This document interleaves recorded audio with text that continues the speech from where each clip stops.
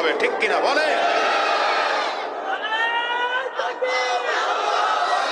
এই শুনেন, সুতরাং আগামীর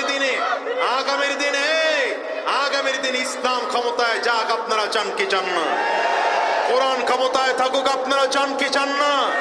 যদি আবার রাজপথে নামতে হয়, তৈয়ার আছো মুসলমান?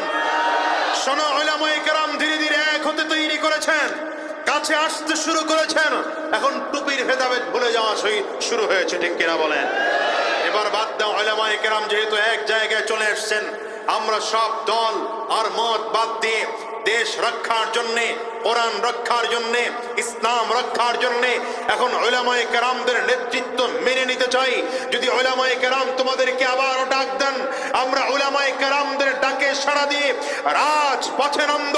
যদি ঘাম ছড়াতে হয় আমরা ঘাম ছড়াবো, যদি রক্ত ছড়াতে হয় আমরা রক্ত ছড়াবো, যদি জীবনটাও দিতে হয়। কারা কারা তৈয়ার আছো?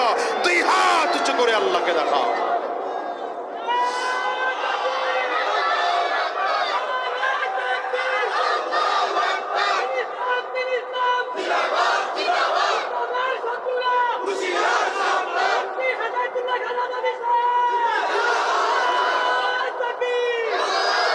আল্লাহ কবুল করুন। আওয়াজ করে চিৎকার করে বলেন আমিন।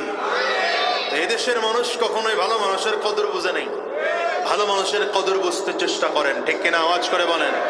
এদেশে রাজনীতি করে এগুলো সব ওই চোরের দলেরা, ডাকাতের দলেরা, বদমাশের দলেরা, গুন্ডার দলেরা। ভালো মানুষগুলো রাজনীতির মধ্যে নাই। দু চারজন মানুষ যদি ভালো মানুষ রাজনীতির মধ্যে আসেও, তো আমরা আবার তাদেরকে ভৎসনা করি। আরে হুজুররা আবার রাজনীতিতে নামছে কেন? আল্লামা মামুনুল হকের রাজনীতি করার দরকার কি? পীর সাহেব